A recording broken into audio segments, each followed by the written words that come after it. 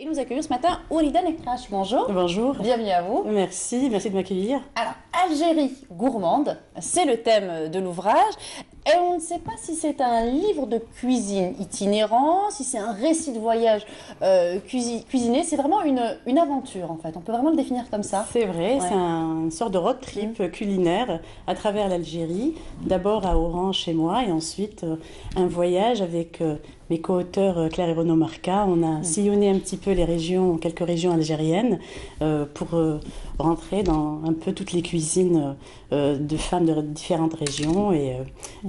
Voilà, c'est vraiment un livre itinérant entre la cuisine et le récit de voyage. Oui. Alors, 60 recettes Oui, dans cet ouvrage, 60 recettes que vous tenez de votre maman. oui. Oui.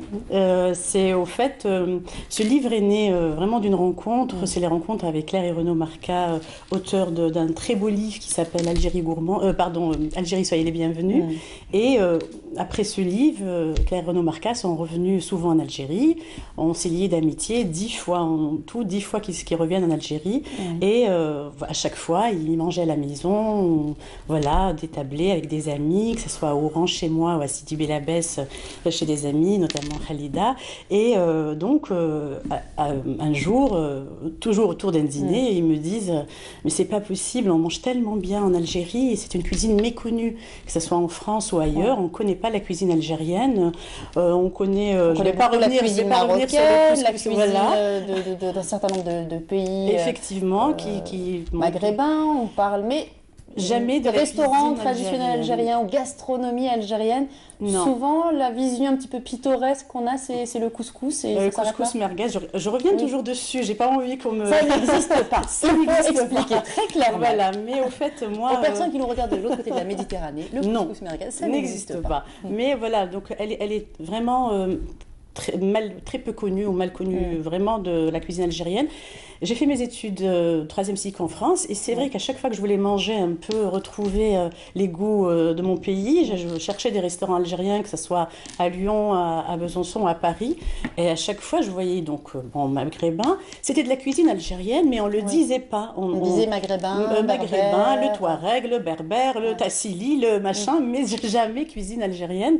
Et je demandais des fois pourquoi vous ne mettez pas en exergue la cuisine. Oh, vous savez, les appréhensions, et je trouvais ça un peu malheureux. Et quelques années après, avec mes amis, on a parlé un peu de cette culture algérienne qu'on retrouve à travers la cuisine et que c'est vraiment un héritage pluriculturel, vraiment comme à l'image de notre pays, très diversifié d'une région à une autre. Vous insistez beaucoup justement sur ce legs et le fait que l'art culinaire algérien est empreint, qu'on le veuille ou non, de ses influences, qu'elles soient andalouses, qu'elles soient ottomanes. Écoutez, franchement, moi je me dis toujours qu'on ne peut pas nier, on peut peut-être nier une identité plurielle, mais elle se transmet vraiment dans ce qui est intrinsèque, c'est la nourriture.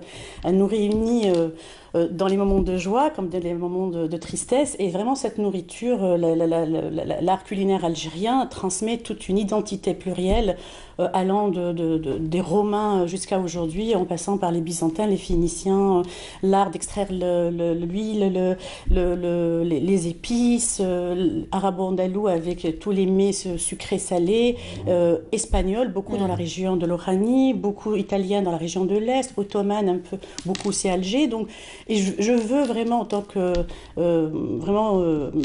passionnée de langue et de sociolinguistique, transmettre... Vous enseignez à l'université d'Oran, vous êtes diplômée en aux sciences du langage. Oui. Et vraiment, l'essence de mes études, c'était cette identité plurielle de l'Algérien qui fait sa force, normalement. Et la diversité, normalement, c'est une force, on le sait vraiment bien, mais... des fois, on essaye de le nier. Et moi, je rejoins un petit peu, pour paraphraser le président mexicain Peña Nieto.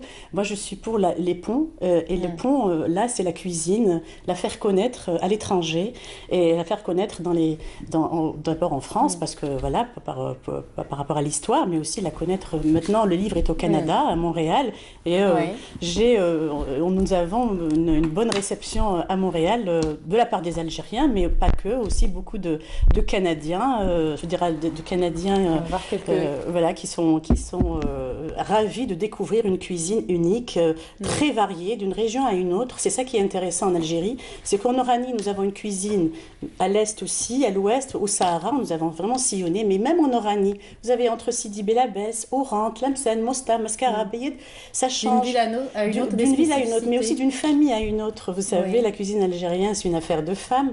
Donc chacune va dire, ah non, non, moi c'est comme ça, c'est ma maman qui fait comme ça, donc moi j'ai le secret, comme ça c'est pas bon. On est un peu de chauvin sur la cuisine maternelle, mais il n'y a pas une cuisine algérienne, il y a des cuisines algériennes et elles tiennent leur essence dans une histoire plurielle, magnifique, diversifiée, et c'est ça qui la rend intéressante. Alors là, justement, on va voir une autre photographie du livre, hein, puisque vous disiez c'est des histoires des familles, hein, ce sont des familles qui vous ont accueillis. Vraiment. Le voyage a duré 3 mois, 3 mois avec des périodes d'arrêt. C'est vraiment un voyage dans lequel vraiment c'était passionnel, parce que c'est un voyage où on a beaucoup ri, on a aussi pleuré, c'était beaucoup d'émotions, pleurer pas de chagrin, pas pleurer parce qu'il y avait des émotions à partager, et toutes ces émotions se transmettent dans ce livre, et on le sent, et je pense que c'est une grande partie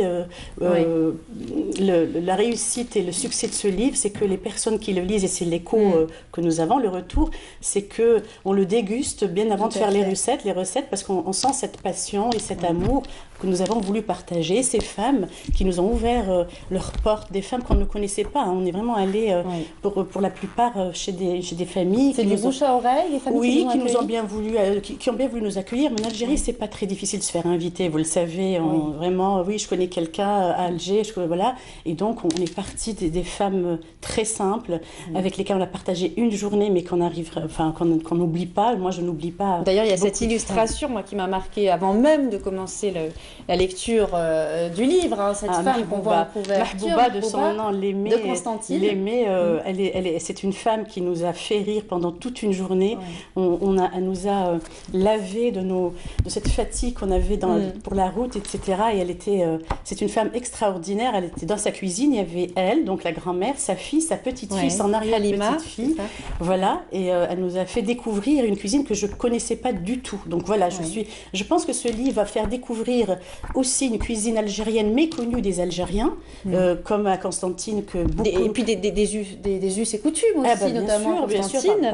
Elle fait son eau de rose, Elle fait son eau de rose et son eau de fleurs d'oranger. Et à Constantine, c'est un rituel. Elle est magnifique. Alors là, juste à la voir rire, elle est vraiment sublime, déjà, cette femme. en photo, la bonne humeur et le rire est communicatif. C'est vrai. Et puis elle a un alambic extraordinaire qu'elle a hérité elle-même de sa grand-mère et de sa mère. Et elle fait, au printemps, on achète des fleurs entre voisines, 200, 300, 400 kilos de fleurs, que ce soit des boutons de rose, la fleur d'oranger. Et les voisines se rencontrent pour faire leur eau de fleurs d'oranger ou leur eau de rose, avec le qattar et l'alambic. Et chacune prend sa bouteille, son élixir qui dure toute l'année. Et tout Constantine embaume la rose. C'est au mois de mai. À partir d'avril-mai, vraiment, ça embaume la rose et l'eau de fleurs d'oranger dans les immeubles. Ça sent bon et c'est vraiment très, très enivrant. À l'aide du marash. Et d'ailleurs, c'est Maya Marani sur ce même plateau qui m'avait initié au secret, à l'utilité du marash et de cette tradition qu'on utilisait beaucoup, qu'on utilise encore beaucoup, surtout le mois de Ramadan dans le café, tout ça. C'est vraiment un rituel. Mais donc voilà, c'est vraiment, vraiment la base de ce livre. C'est un livre de rencontre, c'est un livre de voyage. C'est un livre qui va faire un pont entre l'Algérie et l'art culinaire algérien qui, au fait, c'est une sorte de traverser et de faire connaître c'est un patrimoine. Ce qui serait bien, c'est d'avoir quelques recettes au patrimoine de l'UNESCO. Voilà, on a quelques idées. En tout cas, on peut leur envoyer un mail s'ils veulent. L'UNESCO peut leur suggérer quelques recettes. Mais c'est un livre qui a beaucoup plu. Il y a beaucoup de propositions autour de ce livre. Au début, mes co-auteurs, Claire et Renaud Marquand, on a pensé que c'était l'Algérie. Donc l'Algérie intrigue, inquiète. On est toujours dans cet imaginaire franco-algérien franco-algérien, mais pas du tout, pas du tout. Il plaît énormément en Belgique, dans tous les pays francophones, il plaît au Canada, il plaît en Algérie, pour ceux qui ont eu la chance de la voir. On espère la voir bientôt ici à Alger, partout en Algérie. Et donc voilà, c'est le but recherché. C'est vraiment un livre, pas que de cuisine, de voyage, de rencontres, de culture, faire découvrir les... Ce sont des portraits, il faut le dire aussi, c'est une galerie de portraits. Portraits intimistes du pays, de ces régions, et puis aussi de ces femmes, mais aussi de ces hommes. Bien sûr, alors on a rencontré des producteurs, on voulait aller vraiment du produit à la table, et pour certains, voilà, on a fait vraiment le producteur jusqu'à la table. On a rencontré des hommes, on a fait aussi de la cuisine avec des hommes, mais les hommes, pour leur faire de la cuisine, il faut les faire sortir de la cuisine. Au Sahara, c'est dans le désert qu'ils font la cuisine, jamais à la maison. Donc si vous voulez faire cuisiner un homme, vous le sortez de chez lui, il va cuisiner. Bon, ça va, j'ai pas de problème pour l'instant, je vais pas le sortir de la maison. Disant que la cuisine algérienne, c'est une affaire vraiment de femmes dans les cuisines. Je ne dis pas qu'il n'y a pas d'hommes qui cuisinent, il y a beaucoup d'hommes qui aiment bien cuisiner, qui sont à la cuisine, qui font des petits plats pour eux ou pour leur famille, mais ça reste vraiment une affaire de femmes. Et paradoxalement, en France, c'est une affaire d'hommes, la cuisine. Alors oui. Dans la gastronomie, les chefs. Il y a des femmes, hein, mais elles sont minoritaires quand même. Il y a des femmes. Moi, je cite Eugénie Brasier. Donc, la restauration, c'est un milieu très... L'hôtellerie et la restauration, en Europe, c'est un milieu quand même très masculin. Je pense, bon, ça vient aussi de l'histoire, un peu, où l'homme a eu accès à beaucoup de choses, mais maintenant, la femme, elle a bien sa place dans la restauration, que ce soit à l'étranger ou en Algérie. Et on a quand même des chaînes télévisées où on met des hommes en train de cuisiner. Ça nous fait un petit peu rire, mais bon, je ne mets pas en doute la dextérité de ce qu'ils font, mais c'est vrai qu'en Algérie, en tous les cas, nous, ce qu'on a vu, ce que vous avez vu dans ces familles, les rencontres et tout, c'est que, et puis toutes elles étaient là, ah non, je veux pas qu'ils rentrent dans la cuisine, dès qu'ils rentrent, c'est pour me stresser, pour me mettre... En fait, c'est comme dans la voiture. Vous conduisez très bien, puis dès qu'ils montent en voiture, c'est la catastrophe. Mais c'est vrai que la cuisine, c'est aussi un moment, et là, je l'ai vu dans ma propre famille, avec ma maman, ma grand-mère, mon arrière-grand-mère, parce qu'on vivait tous ensemble. Vous leur rendez hommage à toutes ces femmes et à l'histoire familiale. Si on sent que ce livre, c'est vraiment votre Madeleine de Proust, quelque part. C'est vraiment ma Madeleine, parce que dans mon texte introductif, je parle beaucoup de cette cour des miracles, où maman, qui a élevé seule 7 enfants, enseignante, qui rentrait, qui s'affairait dans cette cuisine. Après, c'est ma grand-mère et mon arrière-grand-mère qui reprenaient un petit peu les fourneaux. Mais c'est vrai que enfant, je n'aimais pas du tout cuisiner. Oui, vous sabotiez dans la cuisine pour échapper au corvée, j'ai lu ça. Enfant jusqu'à 26 ans. Ouais, grand enfant. Jusqu'à 26. Je n'aimais pas parce que c'était beaucoup de monde, beaucoup de vaisselle, des gens partout. On recevait énormément. On avait la porte toujours ouverte qui se fermait jamais. Beaucoup de monde, c'est très pertinent ce que vous dites. D'ailleurs, vous l'écrivez dans le livre et ça me rassure quelque part, ça nous rassure toutes. Vous dites qu'à la maison, on ne savait pas cuisiner pour 4 personnes, on cuisinait toujours pour 10. Et ça, c'est quelque chose qu'on entend souvent et qu'on retrouve dans beaucoup de familles. Et pas forcément dans des familles nombreuses. Ah, pas du tout. Bon, c'est vrai que moi, aujourd'hui, je ne sais pas cuisiner. On est 5 à la maison et je ne sais pas cuisiner pour 5 personnes. Il y a toujours beaucoup trop. Mais c'est pas par gaspillage ou par... On se dit qu'il peut y avoir quelqu'un. Et avec maman... elle disait toujours ça et je lui rends vraiment un grand hommage parce qu'elle m'a transmis cette magnifique générosité et que nous avons tous dans la famille, mes sœurs, mes frères même, reçoivent autant que moi, je crois, de l'autre côté même. Moi, je suis en Algérie, mais mes sœurs sont en France et elles ont toujours de grandes tablées. Et elles disaient toujours « Yibqa ou ma yakhssh ». Oui, il vaut mieux qu'il y en ait trop. Voilà, il vaut mieux qu'il y en ait beaucoup pour que ça suffise à tout le monde, mais pas forcément des plats très chers. C'était pas l'opulence comme on en a aujourd'hui. C'était pas, on mange très. D'ailleurs, vous mettez en exergue des recettes très simples. Très simples. C'était le peu coûteuses, simples à réaliser. Vous savez, avec un langage très simple, parce que des fois on retrouve des termes dans les livres de cuisine.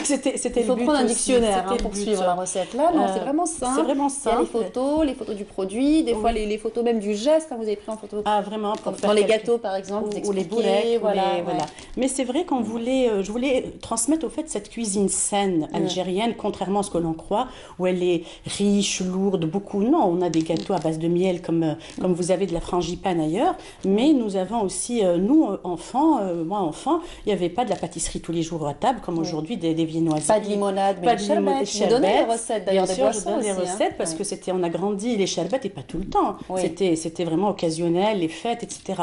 Mais c'est vrai que nous avons une cuisine saine, elle est raffinée, tout en restant simple.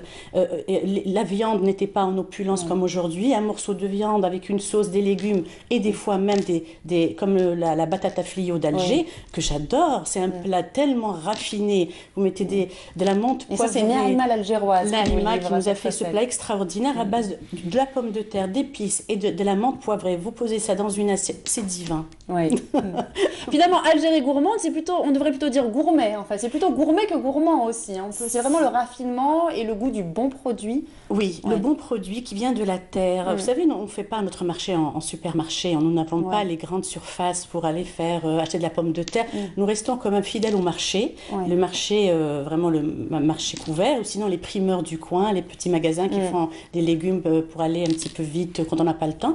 Mais on aime toucher. Moi, je fais mes courses en aimant toucher, sentir, on aime bien le produit. Et c'est vrai que ce sont des produits simples.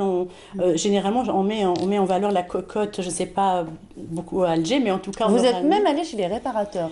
Oui, c'est vraiment une institution en Oranie. Moi, j'ai 3 ou 4 cocottes à la maison. Ma mère en a 8.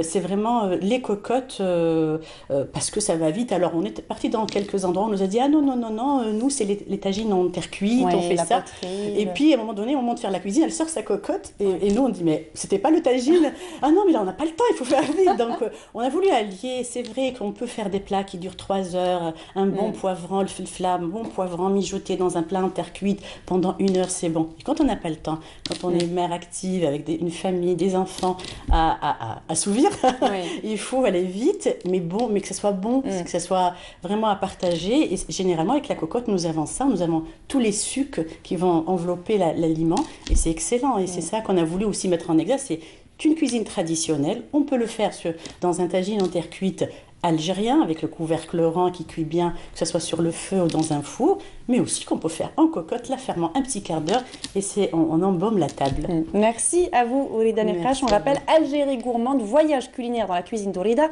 C'est un ouvrage qui est disponible aux éditions La Martinière, pardon, et un ouvrage que vous avez réalisé avec Claire et Renaud Marcas, une histoire d'amitié. On les salue au passage s'ils nous regardent ce matin. Oui, j'espère. En tous les cas, voilà, je suis vraiment, on est fière de ce livre parce que nous avons fait vraiment connaître la cuisine algérienne ailleurs et j'espère en Algérie encore. L'ouvrage, on espère qu'il sera disponible prochainement. Oui, j'espère, et puis dans toute l'Algérie. Puis il a eu un prix, c'est ça qui est extraordinaire, c'est que 2 mois après, nous recevons le prix Eugénie Brasier, qui est vraiment un prix gastronomique lyonnais très connu. C'est le Goncourt des livres culinaires, on peut dire ça comme ça. Voilà, et ça, au fait, c'est un livre qui récompense l'art culinaire d'un pays, d'une région, et l'art culinaire surtout dans la transmission et dans l'art de la transmission. Donc on est vraiment très fiers, mais aussi très fiers du travail. Renaud et Claire Marcas ont fait un travail magnifique d'écriture et d'illustration. Vous avez vu qu'il y a des dessins, des peintures, des photographies. Et vraiment, je pense que le voyage, c'est aussi à travers l'œil et à travers cette magnifique illustration du voyage et de la cuisine qui nous met en haleine pour découvrir notre pays. Merci à vous, Ourida Nekhash. On vous souhaite beaucoup de succès encore pour cet ouvrage Algérie gourmande, voyage culinaire dans la cuisine d'Ourida.